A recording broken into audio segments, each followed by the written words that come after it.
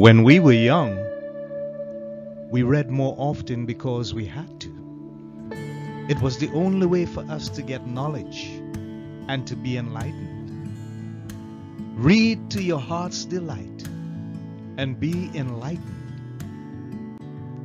Let's just read. It's a podcast by Andy's Personal Development. Stay tuned for more reading and enlightenment.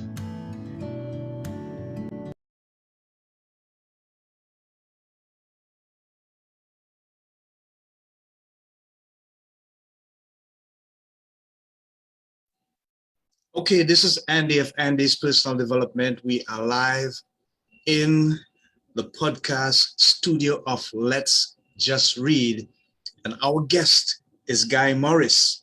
He is an award-winning author of the thriller Swarm. We're going to get some information from him with regards to that personal experience that he had.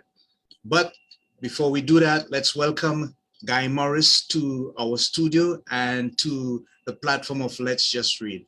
Hi, Guy. Welcome. How are you? I'm doing well, Andy. Thank you for having me on. It's a pleasure. All right. Thank you for agreeing to come on the show, my friend. I really appreciate it. I want to start from the very beginning, Guy. And when I was looking at the information, I found it rather intriguing. You began your journey literally as a 13-year-old, but the key thing was you were a homeless runaway. I'm intrigued. What or who did you run away from at the age of 13? I grew up in my poor mother was I didn't realize until later in life, but she had been severely abused as a child, physically, emotionally, sexually. And she carried a lot of that trauma and dysfunction with her in life. And so she had a tendency to marry highly violent, dysfunctional, abusive men. Yep. And after I had spent 13 years being battered, burned, kicked, thrown through windows, threatened with guns, and after a very late at night, middle of the night episode where I had to defend myself by warning my at the time my stepfather who was basically threatening to kill me. I took a shot at him with my mom's gun. Wow. And at that point, through all of the swearing and the cussing, it was clear that he was going to basically throw me in jail if he had the chance. And I was terrified. I was terrified of his anger if he did catch up with me. It was just the straw that broke the camel's back. And after 13 years, I thought, well, if I'm going to perish, I'm going to do it on my own terms. And so in the middle of the night, wearing only my pajamas, I ran through. There was a sheep field next to the trailer park where we lived. And so I ran through the sheep field, getting muddy and sheep dung all over me, and hid out in the woods of a hill nearby until I could steal some clothes. And then I hitchhiked to LA, and I was on the streets for, I don't remember exactly, but it was something along the lines of 6, maybe 9 months. I slept under bridges, on freeways. I slept in backs of cars when they weren't locked. I slept in doorways and hallways out of apartment buildings until people kicked me out.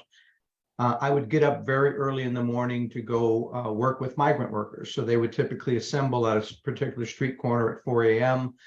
And by 5 a.m., they'd load them onto trucks and take them out to ranches where we'd work probably about a 12-hour day, sometimes longer. And that's how I survived for a while.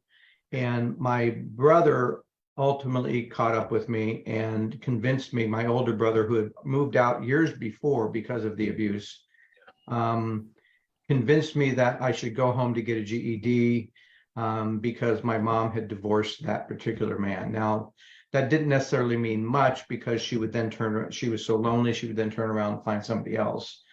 But I took that opportunity to go home briefly to get my GED. And then at age 15, with GED in hand, I basically hitchhiked to Arizona, where I joined a Christian commune. And that was, I never looked back. It was a very traumatic time. It was a terrifying time.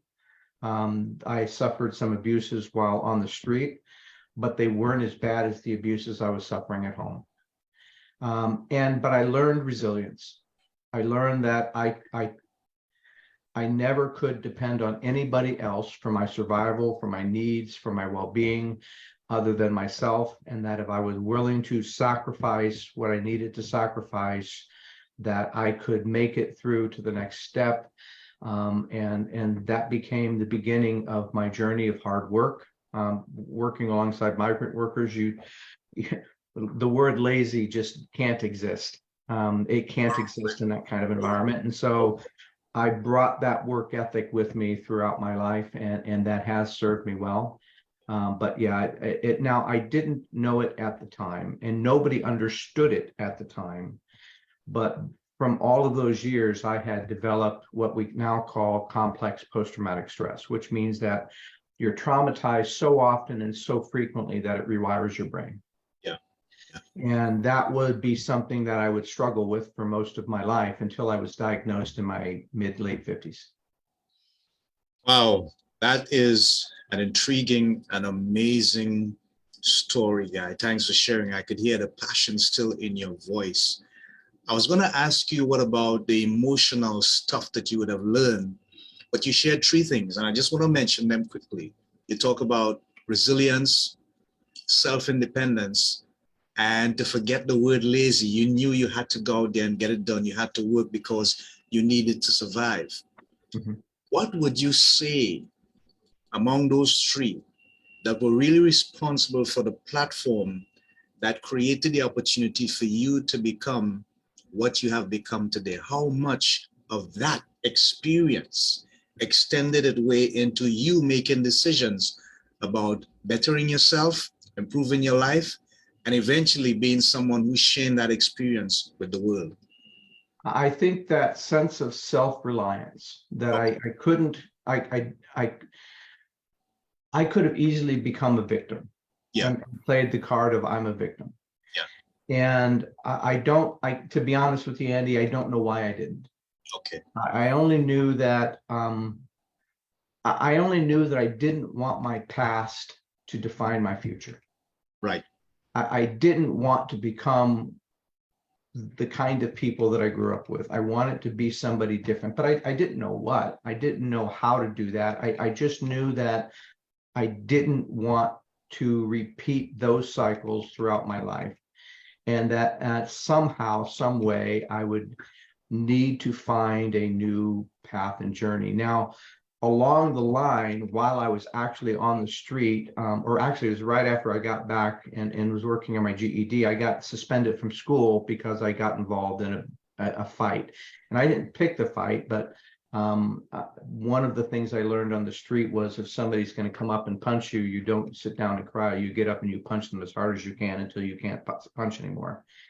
And so I got suspended. And while with blood on my shirt and mud on my jeans, I was sent home, and what we used to call Jesus freaks came up behind me and wanted to talk to me. And I turned around, I grabbed his shirt, I started to punch him, and he started praying in tongues. Wow. I was so confused. He didn't try and resist. He didn't try and protect himself. He just started praying. And then after a moment, he put his hand on my shoulder and kept praying. And something inside of me broke. And something inside of me felt like, I needed something in my life. And maybe God could be the answer. And I'd never really been to church. I had no spiritual foundation. I had no spiritual teaching. I didn't really know. It was a complete emotional response. And so that event was one of the reasons why I went to a Christian commune after I graduated. And at the commune, because of my PTSD, I really had a hard time. I was always like ants. It was like ants under my skin. I was always hyper anxiety about being around other people or trusting other people or becoming part of a community. And that would become a theme, a struggle that I would work with most of my life. But I was functionally illiterate. So when everyone would take turns going around reading the word, I would stumble, I would mispronounce things, I would stumble over simple words, and they were very gracious to help me. But that became sort of that spiritual seed became the anchor that I needed in dark times. And I was working hard. I left the commune after about only maybe 3 or 4 months because I just didn't feel comfortable being under that level of control and leadership because I had no trust for authority. And so I went out and got my own job, but I kept going to the church. I maintained a relationship with them. And a few years later, and I'm going to tell you how that resilience or self-reliance came to about. A few years later, I'd already married. I married too young. Now I know. I wasn't ready. I was 19 years old. And I was working a really tough job. I was delivering. I'd get up at 5 o'clock in the morning or show up at work at 5 o'clock in the morning to drive produce trucks that we delivered to restaurants and hotels and hospitals and other places that had cafeterias. And so I had a big giant refrigerated truck, and I would be driving for 12, 15-hour days. But it was really exhausting. And I'm not a big man. I'm a relatively short guy. So I was trying to, we went to prayer one day to ask if I could send my wife to work for just long enough for me to find another job, because there was no way for me to look for a job while I was working 6 days a week, those kind of hours. And I would say probably one of the 3, maybe 4 times in my entire life that I felt that I was hearing from God directly. While we were in prayer, I was told that should get up and I was going to go to college. I should go to college. Now, in my head, this was insane. My first response was, "Huh?"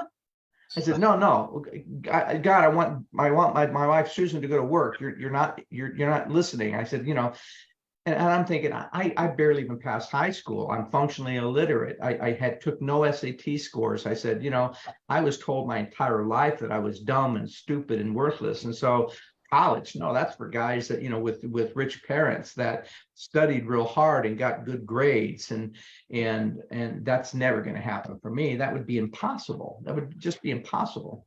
And besides that, I don't have the money. I can't go to college. I got to go to work.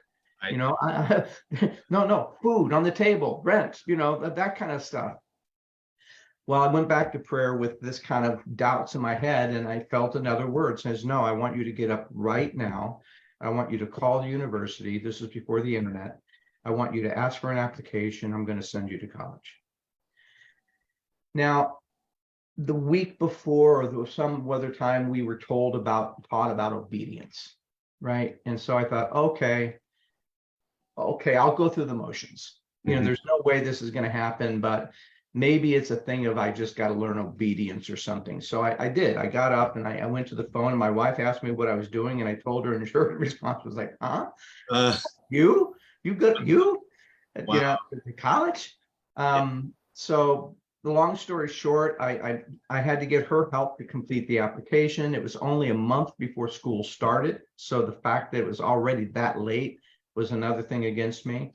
But I went through the process, I went through the motions, but I told nobody about what I was doing because I was ashamed.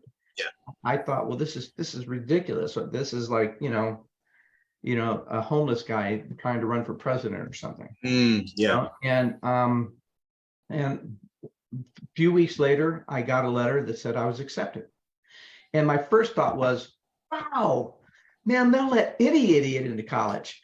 And I was 28 units short of the minimum requirements, but they said that they would waive it and they would allow me to make it up as I went along. And I was like, man, they'll let any dummy in college. I thought college was really for smart people or good people. And I said, wow. And I said, well, that's been interesting, but I still don't have the money. So I threw the letter away. The very next day, I got a letter from my father-in-law, and I hadn't told him anything, and neither had my wife. but he was a fairly successful businessman, and felt that I was not going to be able to support his daughter in the way that she deserved unless I could improve my lot in life. Yeah. And that he offered to pay for my tuition and books if I would work to pay for my rent and tuition and go to college. And so I thought, wow, Yeah. I never, ever, ever expected that. I never asked him for that. I never told anybody. So I found the letter, and a couple weeks after that, I was a ragtag, secondhand clothing kid starting his first day at school, just overwhelmed with fear and anxiety and trepidation, and yet some level of excitement. Yeah. While I struggled for the first few years just to pass classes, I felt that this was my chance to change my stars. Okay. And so I didn't give up. But by the time I ended with almost straight A's. I was at the top of the dean's list. Mm-hmm. Been offered a full scholarship at the school I was going to, and also accepted into Harvard. Yeah. All because I had built a what's called a macroeconomic model, a complicated algorithm model similar to what an AI would build today, that predicted the future gross national product for America, unemployment rate, interest rates. I basically was predicting all of those things months in advance. And my model outperformed the Federal Reserve, outperformed every university, outperformed every bank, outperformed everybody in the nation. And it was because I had developed a theory that there was a productivity value gain in the sale of technology that wasn't being accounted for at that time. Okay. And not only did I outperform the Federal Reserve, but it changed how the Federal Reserve did their own modeling for decades to come till this very day.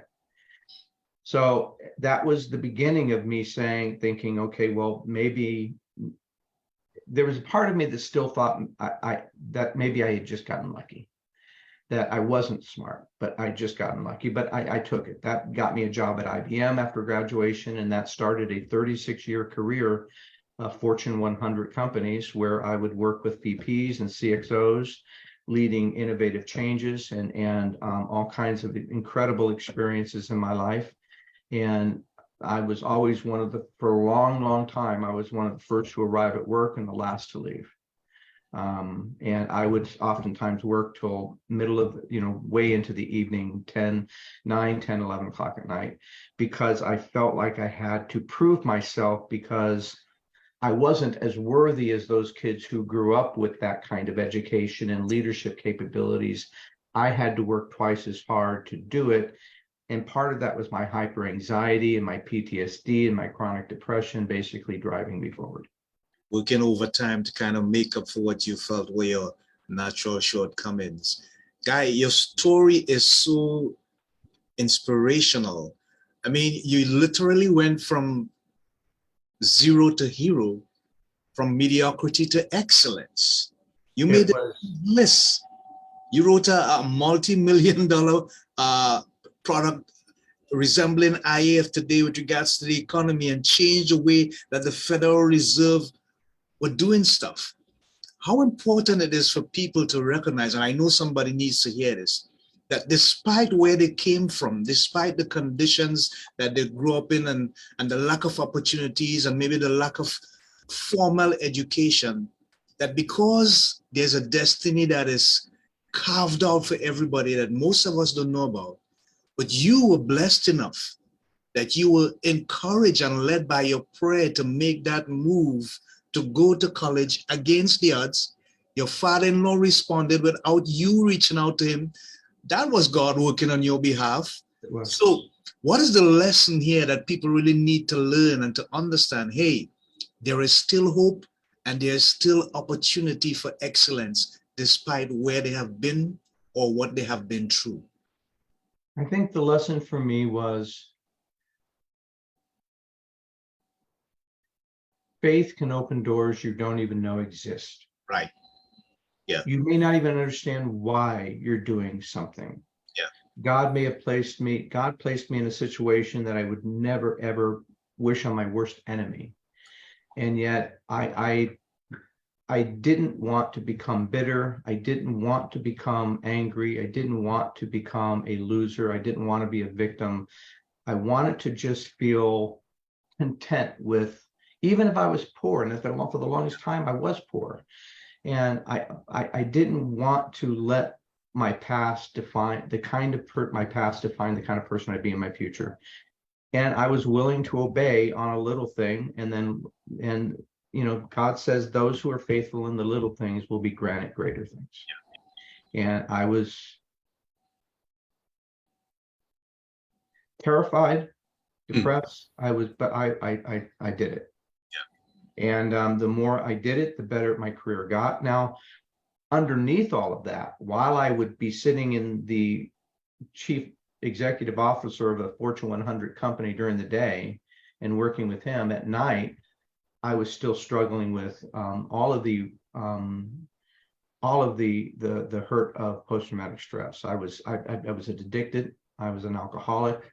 I was a workaholic. I was hyper anxiety. I had chronic sleep problems because of that anxiety.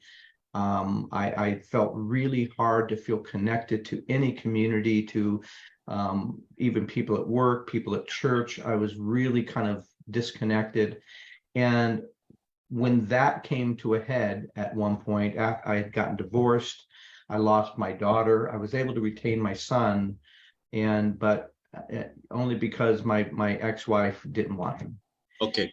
And at one point in time, after a number of relationship failures, I had to realize that my next mountain that I had to climb was to get over some of the worst of the behavioral aspects of my PTSD, even though I didn't know it was from PTSD. So I went to 12-step programs for my alcoholism. I went to 12-step programs for my womanizing. I had to go to church and prayer. I had to go to counseling, and that worked sometimes. Most of the time it was just surface stuff. But it took a long time. It took decades for me to move some of those behavioral dysfunctions into my past. And again, I think the thing that I held on to was a tenacity, not to give up, even after I would fail. There was a tenacity to say, okay, I screwed up yesterday. I screwed up bad. Today is the first day, and I can start anew. And so even when I screwed up, and honestly, there were times when I got depressed and gave up for months or years, a few years at a time. But there was something inside me that said, okay, if I give up, the darkness wins.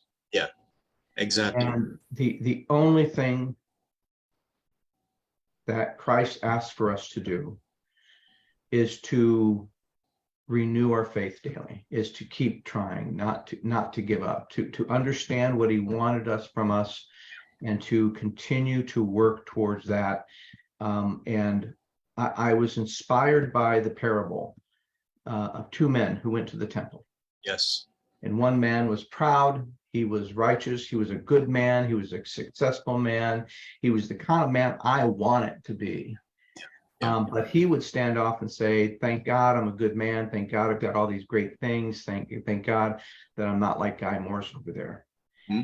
And Guy Morris was basically in prayer saying, Lord, I'm really screwed up. I know I screwed up again. I don't know why I'm screwing up. I can't help screwing up, but I just need to know that I've got enough grace to get through another effort so I can try again.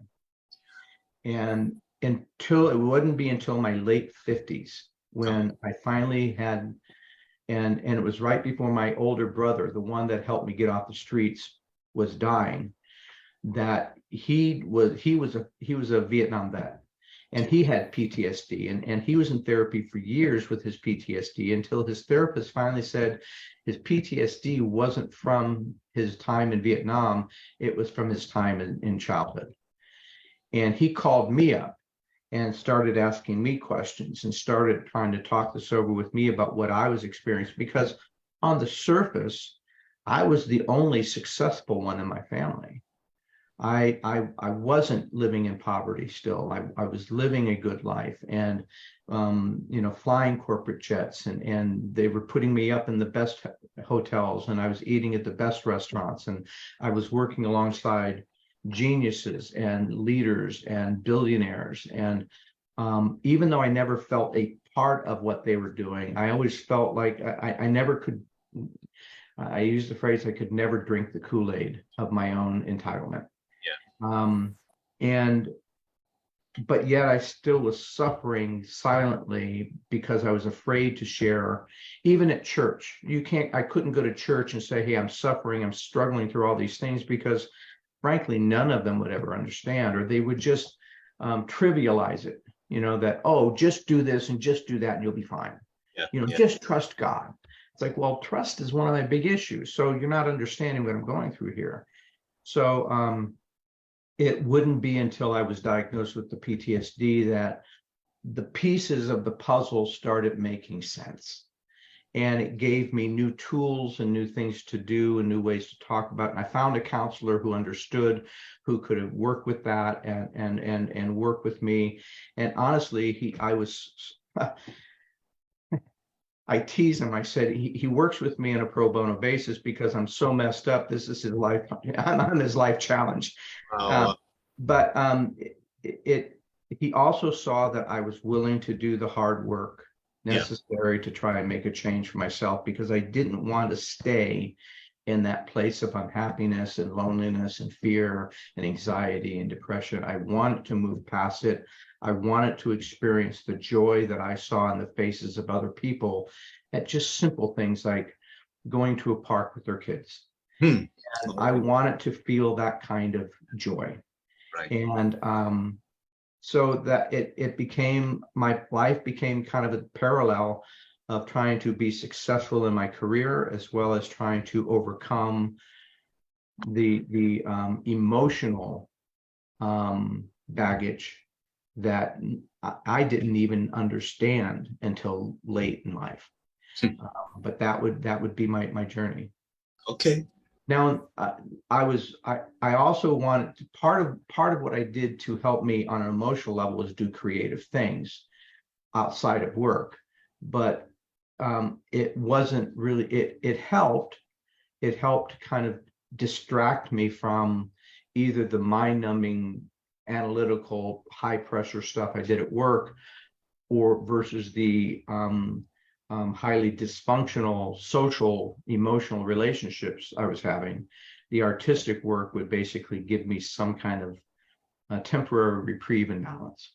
Wow. It gave me a way of voicing what I was going through, either in song. I wrote songs for Disney. I recorded multiple CDs. I wrote a lot of my own songs. So I did a lot of things to basically try to move past my emotional issues by learning how to get out of myself and explore and learn to enjoy life on some level, because otherwise I basically would just sit in my room and stew. Wow. Yeah. Wow, Guy, I really need to commend you for the desire that you had for creativity and to try to make up for the absence of that emotional support that you so dearly needed, which we all do at some point in time, because we are only human. It's important for us to have that kind of relationships with people, even on a daily basis, particularly from families. But I want to switch to something that I think is very interesting with regards to the book that you did, Swam. And you mentioned in the same conversation with Dan Brown, Angels and Demons and the Da Vinci Code, as well as Robert Lubdom, Born Identity series. Now that's a really kind of exalted plateau that you have found yourself being mentioned in the same conversation. Tell us a bit about that, because I'm looking particularly at the fact that you said 2 FBI agents showed up at your door. But you went to write anyway. You did it. Well, in my career, because I developed a reputation for being a thought leader and an innovator of technology in business. And so I was one of the guys who basically did computer modeling at work. I was instrumental in getting PCs on everybody's desktops in the corporation, when at the time they were so expensive and so exclusive that only a few VPs had them, but the VPs didn't know what to do with them. And so one of the things that I had experimented with early on in my career and early on in the development was an early stage of artificial intelligence called expert systems. And so and being a computer modeling, having experience in computer modeling, I understood a little bit about how the system was working and how the interaction with data. And so I implemented one of those.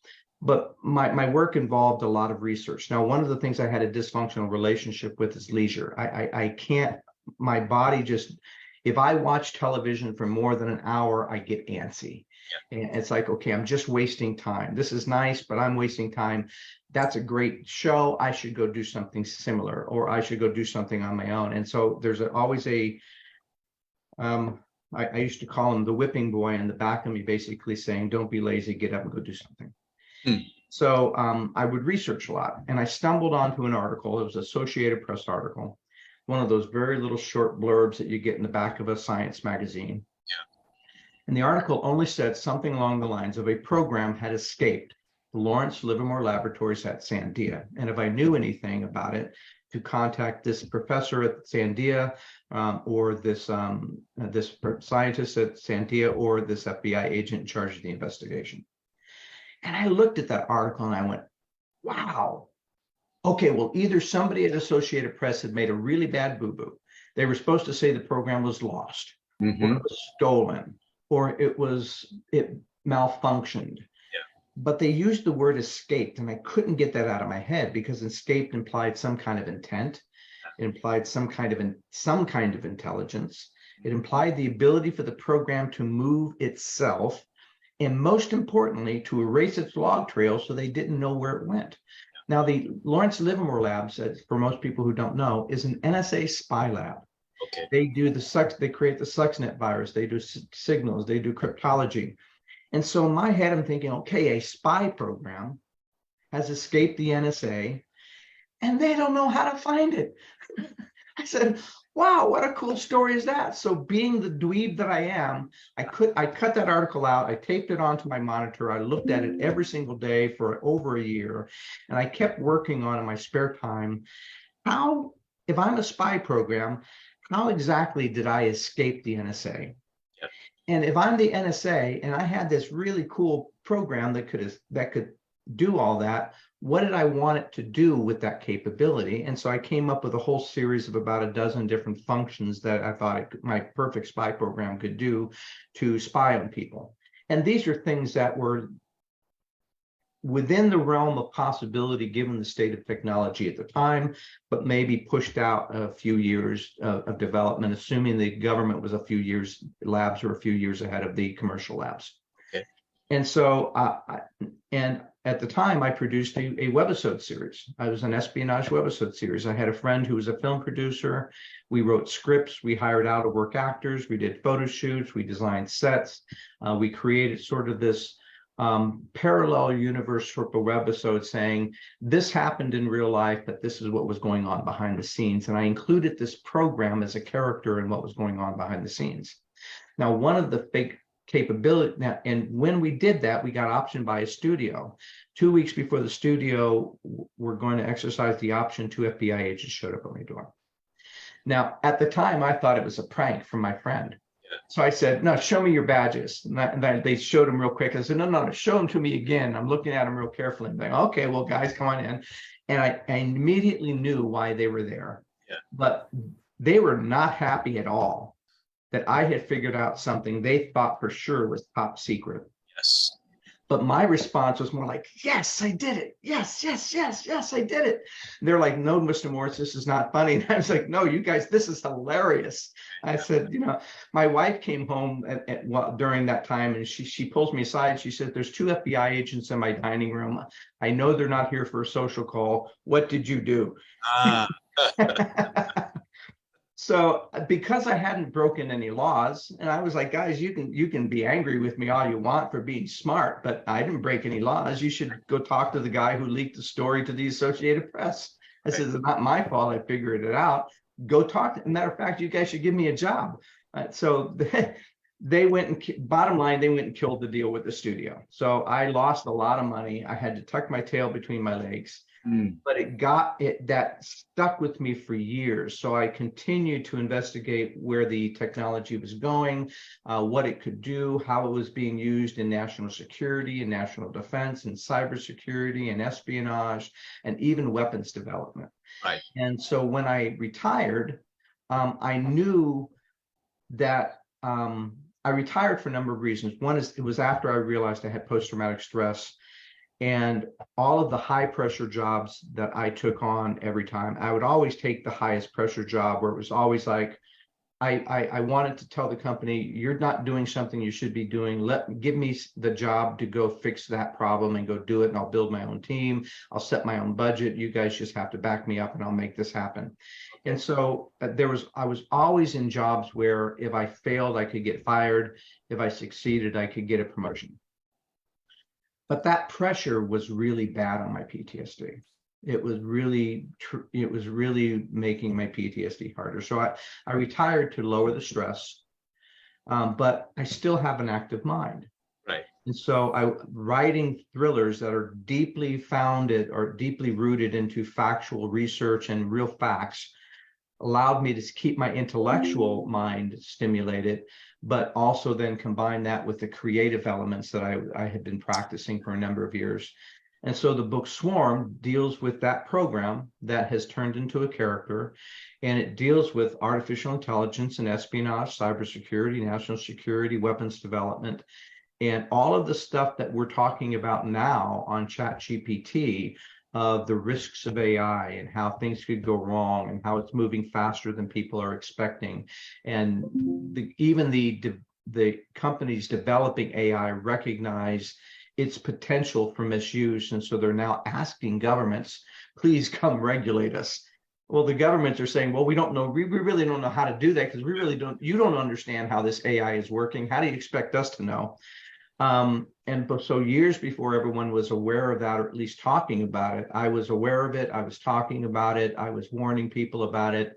And so Swarm was Reader's Favorite Gold Award for 2021. It was finalist for Book of the Year from the IAN Network. It's been compared to Dan Brown, Robert Ludlum, Iris Johansson, and one person even said Tom Clancy. And so it came out of that deep knowledge of how AI could go wrong.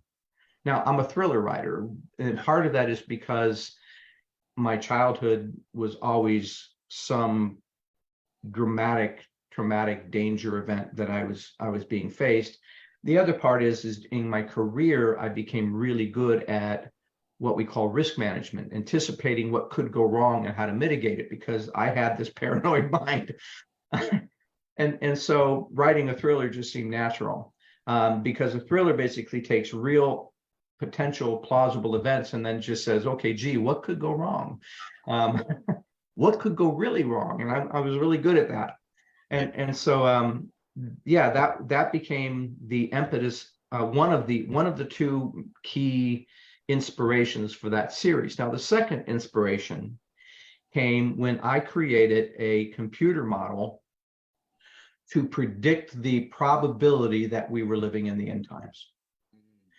I was influenced by the Left Behind series that came out in the 60s and 70s. But I felt when I read that there was a lot of bias. There was a lot of things that they got wrong. When I would read the scriptures, I had a different interpretation. I felt that they had a lot of things wrong. And I realized that there was a lot of bias in most prophecy teachers. And the biases comes from a cultural bias. It comes from maybe a religious bias. You get these guys who are Protestants who think the Pope's the Antichrist. It could be political bias. It could be national bias. It's the U.S. against the Islamic nations. And all of them were really wrong because that's not really what it was saying. And I realized that most of those errors came in the fact that most prophecies have two parts. They have what I call the allegory and then the outcome. So it started when I was reading a National Geographic article that was talking about the loss of fish stocks across the globe. China, the US, Asia, Europe, everywhere. We were overfishing, and because of pollution and we didn't know climate at the time, but all these reasons, the fish stocks had decreased by well over 30%.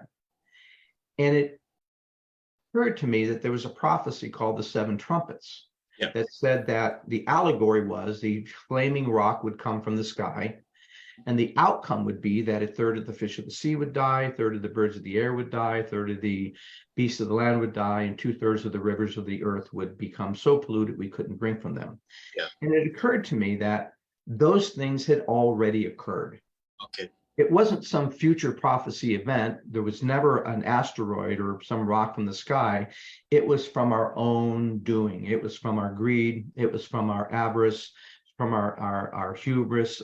It was from our pride. It was from our inhumanity to say that companies can pollute the planet, and as long as they're making a profit, it's okay. And so I went into the office one time, and I had a big stack of scientific magazines that documented a number of different things that had happened. And I went in, I built a model to basically say, if this was prophesied and then it actually happened, what's the probability of that happening if I take out the event of an asteroid or a supervolcano? And I went through and I said, well, what's the probability of this? What's the probability of this? What's the probability of this? And then what's the probability of all of these things happening in a single generation since 1948, when Israel became a nation? And the outcome was 1 in 1.4 trillion against random chance. Now, at the time, I thought this was at the end of a 3-day weekend. I think it was like 9 or 10 o'clock at night. I had to go home and get some sleep and get up and go to work the next morning. So I thought, well, either I kind of put it aside, but I thought either my model was wrong, either I did my technique or some of my data, I did something wrong. But even if I'm off by a factor of 100 or 1,000, that's still a huge, huge number.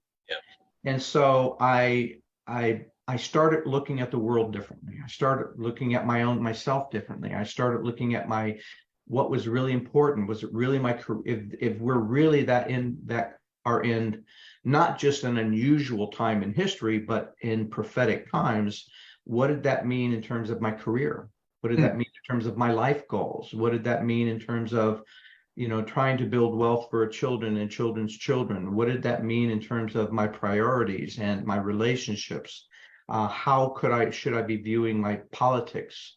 How should I be reviewing, how should I look at business and how, so I started looking at all the elements of the world: banking, technology, business, the internet, artificial intelligence, as part of all of that context, and realizing that prophecy seems to be less, for me, it seems to be less about how God's going to come and destroy humanity, as opposed to how humanity is going to come destroy itself. And so I started looking at things differently. And so in the book Swarm, the program that has escaped the Lawrence Livermore laboratories that I turned into a character is doing that kind of analytical approach. And the program is warning the others that we've entered the end times. And so the program has decoded prophecy. And so that really gives me a wonderful vehicle.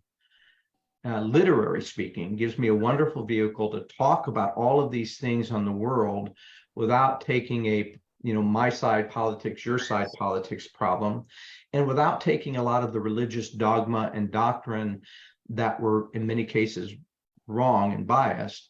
It allowed me to create the analytical approach to point out to people how we were basically creating the foundation for our own demise. And that became a powerful theme in the book. So it Wow. wasn't just a technology, artificial intelligence, science fiction kind of story. It was it brought in humanity and our own nature, and it brought in a lot of spiritual issues. And so it's a combination of artificial intelligence, political, religious corruption, and the sense that there's something going on that most people seem unaware of. Yeah, and the last part is really the most fascinating about it. So many people seem to be spiritually asleep and Yes. emotionally out of touch with what is happening in the world.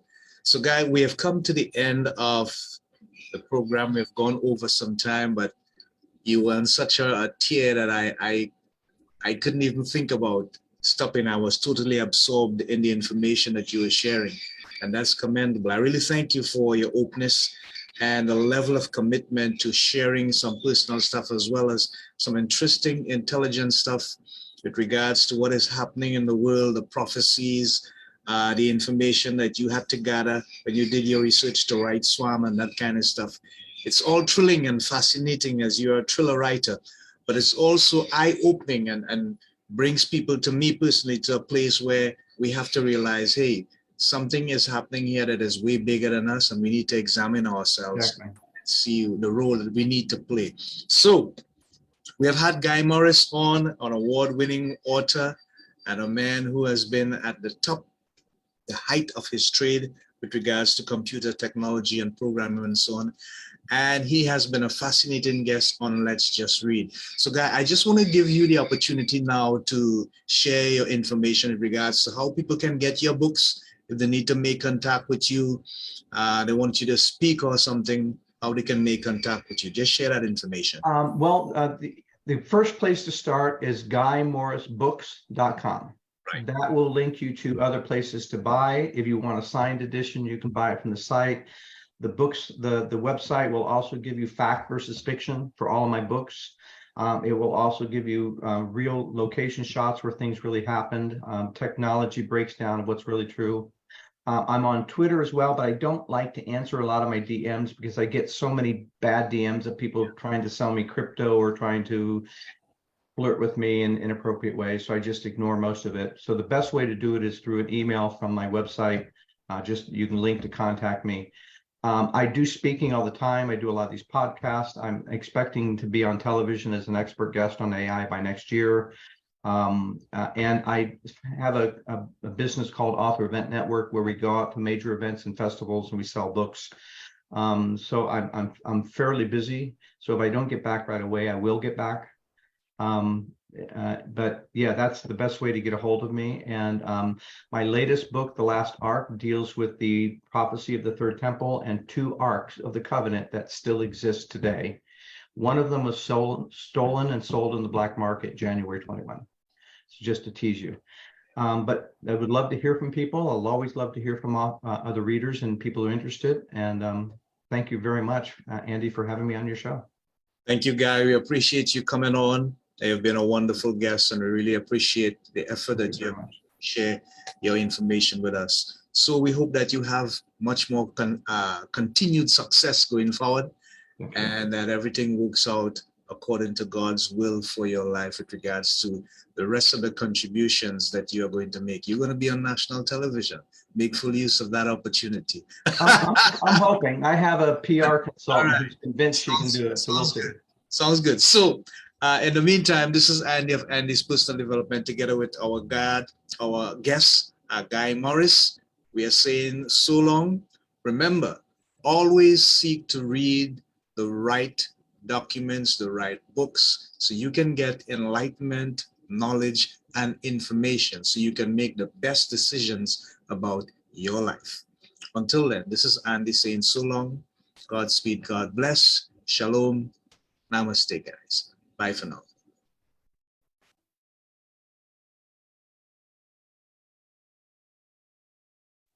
Okay, Guy, that's it. That was delightful. Thank you, sir.